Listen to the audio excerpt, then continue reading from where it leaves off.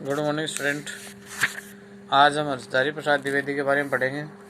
तो हजारी प्रसाद द्विवेदी जी का जन्म है वो सन 1907 में गांव के आरत दुबे का छपरा जिला बलिया उत्तर प्रदेश में हुआ। उन्होंने उच्च शिक्षा काशी हिंदू विश्वविद्यालय से प्राप्त की तथा शांति निकेतन काशी हिंदू विश्वविद्यालय एवं पंजाब विश्वविद्यालय में अध्यापन कार्य किया। सन 1989 में उनका देहांत हो गया। साहित्य का इतिहास, आंदोलन, शोध, उपन्यास तथा निबंध लेखन के क्षेत्र में द्विवेदी जी का योगदान विशेष उल्लेखनीय है। अशोक के फूल, कुटज, कल्पलता इत्यादि ललित निबंध, 4 उपन्यास, बाण भट्ट की आत्मकथा, चारुचंद्र लेख, पुनर्वा, अनामदास का पोथा और आलोचना साहित्य। हिंदी साहित्य के उद्भव और विकास, हिंदी साहित्य की भूमिका, कबीर उनकी प्रसिद्ध कृतियां हैं। उन्हें साहित्य अकादमी पुरस्कार, पद्म भूषण और अलंकार से सम्मानित किया गया। इन द्विवेदी जी ने साहित्य की अनेक विधाओं में उच्च कोटि की रचनाएं की। उनके ललित निबंध विशेष उल्लेखनीय है। जटिल, गंभीर और दर्शन प्रधान बातों को भी सरल, सुबोध और मनोरंजक ढंग से प्रस्तुत करना द्विवेदी जी के लेखन की विशेषता थी। उनका रचनाक्रम एक सहृद विद्वान का रचनाक्रम है, जिसमें शास्त्र के ज्ञान, परंपरा का बोध और लोक जीवन का अनुभव का सृजनात्मक सामंजस्य। एक कुत्ता और एक मैना निबंध में न केवल पशु पक्षियों के प्रति मानवीय प्रेम प्रदर्शित है, बल्कि पशु पक्षियों से मिलने वाले प्रेम, भक्ति, विनोद और करुणा जैसे मानवीय भावों का विस्तार भी है।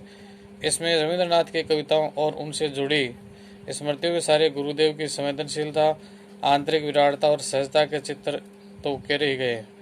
पशु पक्षियों के संवेदनशील जीवन का भी बहुत सूक्ष्म निरीक्षण है। यह निबंध सभी जीवों से प्रेम की प्रेरणा देता है। अब निबंध है एक कुत्ता और एक मैना। आज से कई वर्ष पहले गुरुदेव के मन में आया कि शांति निकेतन को छोड़कर कहीं अन्यत्र जाएं। स्वास्थ्य बहुत अच्छा नहीं था, शायद इसलिए या पता नहीं क्यों। तो पाया कि श्री निकेतन के पुराने 3 मंजिले मकान में कुछ दिन रहे। शायद मौज में आकर ही उन्होंने ये निर्णय किया होगा। वे सबसे ऊपर के तले में रहने लगे। उन दिनों ऊपर तक पहुंचने के लिए लोहे की चक्करदार सीढ़ियां थी और वृद्ध और क्षीण वपु कमजोर शरीर रविंद्रनाथ के लिए उस पर चढ़ सकना असंभव था। फिर भी बड़ी कठिनाई से उन्हें वहां ले जाया जा सका। उन दिनों छुट्टियां थी। आश्रम के अधिकांश लोग बाहर चले गए थे। एक दिन हमने सपरिवार उनके दर्शन की ठानी। दर्शन को मैं जो यहाँ विशेष रूप से दर्शनीय बनाकर लिख रहा हूँ, उनका कारण यह है कि गुरुदेव के पास जब कभी मैं जाता था तो प्राय वे यह कहकर मुस्कुरा देते थे कि दर्शनार्थी है क्या। शुरू में मैं उनसे ऐसी बांग्ला में बात करता था जो वस्तुतः हिंदी मुहावरों का अनुवाद हुआ करती थी। किसी बाहर के अतिथि को जब मैं उनके पास ले जाता था तो कहा करता था, एक भद्र लोग आपनार दर्शनेर जन्ने ऐसे छेन। यह बात हिंदी में प्रसिद्ध है, उनकी बांग्ला में नहीं। इसलिए गुरुदेव जरा मुस्कुरा देते थे। बाद में मुझे मालूम हुआ कि मेरी भाषा बहुत अधिक पुस्तकी है और गुरुदेव ने उस दर्शन शब्द को पकड़ लिया था। इसलिए जब कभी मैं असमय में पहुंच जाता तो वे हंसकर पूछते थे, दर्शनार्थ लेकर आए क्या। यहाँ ये दुख के साथ कह देना चाहता हूँ कि मैं अपने देश के दर्शनार्थियों में इतने प्रगल्भ होते थे कि समय असमय, स्थान अस्थान, अवस्था अनावस्था की एकदम परवाह नहीं करते थे और रोकते रहने पर भी आ ही जाते थे। ऐसे दर्शनार्थियों से गुरुदेव कुछ से भीत से डरे हुए से रहते थे। अस्तु ठीक है। मैं बाल बच्चों में मन साथ के एक दिन श्री निकेतन जा पहुंचा। कई दिनों से उन्हें देखा नहीं था। गुरुदेव वहाँ बड़े आनंद में थे, अकेले रहते थे। भीड़ भाड़ उतनी नहीं होती थी जितनी शांति निकेतन में। जब हम लोग ऊपर गए तो गुरुदेव बाहर एक कुर्सी पर चुपचाप बैठे अस्तगामी सूर्य की ओर ध्यान स्मित नयनों से देख रहे थे। हम लोगों को देखकर मुस्कुराए। बच्चों से जरा छेड़छाड़ की कुशल प्रश्न पूछे और फिर चुप हो गए रहे थे। ठीक उसी समय उनका कुत्ता धीरे धीरे ऊपर आया और उनके पैरों के पास खड़ा होकर पूंछ हिलाने लगा। गुरुदेव ने उसकी पीठ पर हाथ फेरा। वह आंखें मूंद कर अपने रोम रोम से उस स्नेह रस का अनुभव करने लगा।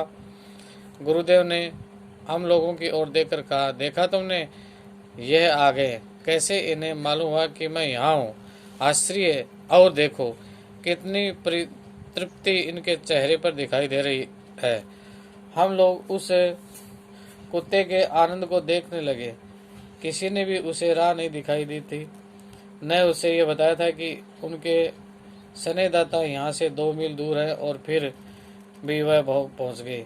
इसी कुत्ते का लक्ष्य करके उन्होंने आरोग्य के इस भाव की एक कविता लिखी थी कि प्रतिदिन प्रातःकाल ये भक्त कुत्ता स्तब्ध होकर आसन के पास तब तक बैठा रहता है जब तक अपने हाथों के स्पर्श से मैं इसका संग नहीं स्वीकार करता।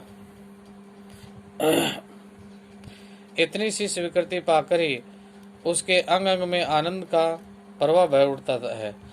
इस वाक्यहीन प्राणी लोक में सिर्फ यही एक जीव अच्छा बुरा सबको भेद कर संपूर्ण मनुष्य को देख सका है, उस आनंद को देख सका है जिसे प्राण दिया जा सकता है, जिसमें अहेतुक प्रेम डाल दिया जा सकता है, जिसकी चेतना असीम चैतन्य लोक में राह दिखा सकती है।